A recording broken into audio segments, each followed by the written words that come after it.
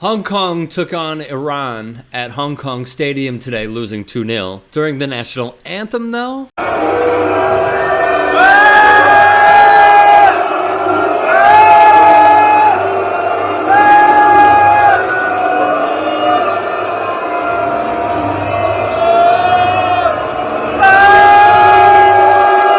fans booed loudly and turned their backs when the Chinese national anthem was played, and this was a World Cup qualifier. And during the game,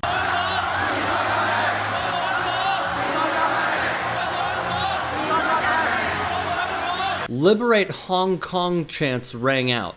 One person carried a blue poster that read, "Hong Kong is not China."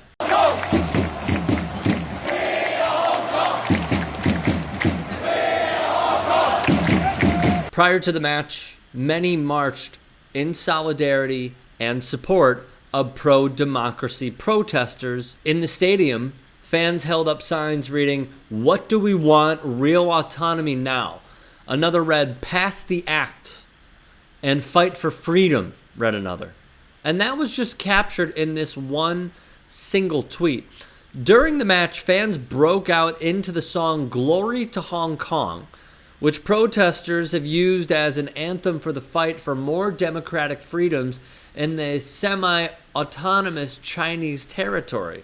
As the AP reports, Hong Kong has been roiled by protests since June. Now, the skinny of all of this is that over an extradition bill that would have sent some residents to mainland China for trial, that is the crux of this, the government promised last week to withdraw the bill, but that failed to placate the protesters, whose demands now include democratic reforms and police accountability. It seems like not much. Al Jazeera then had more from the match in Hong Kong at Hong Kong Stadium. Opponents argued the now scrapped extradition bill would have allowed Beijing to erode Hong Kong's separate justice system after its return from British to Chinese rule in 1997.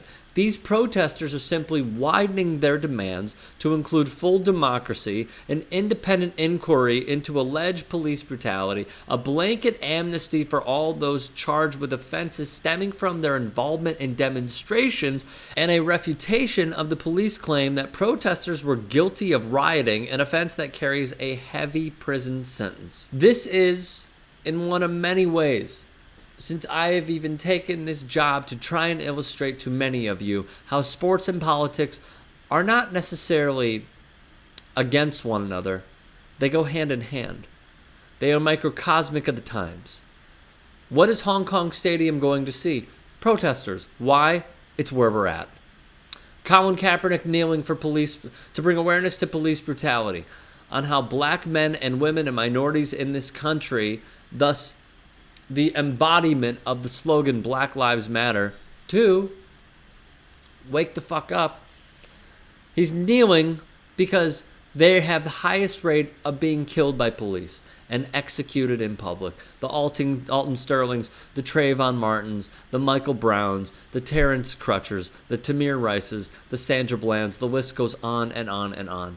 The same thing happened with John Carlos and Tommy Smith at the 1968 Olympics in Mexico. It was a representation of the times. LeBron James wearing an "I Can't Breathe" shirt. It's representative of the times. Even in Iran right now, women still cannot go into and root for their team, their national team, in soccer matches. They're not allowed to enter the stadium. Many have disguised themselves as men in order to do it. They protest. It's representative of the times. That is where we are. Not now with sports, where we've always been with sports.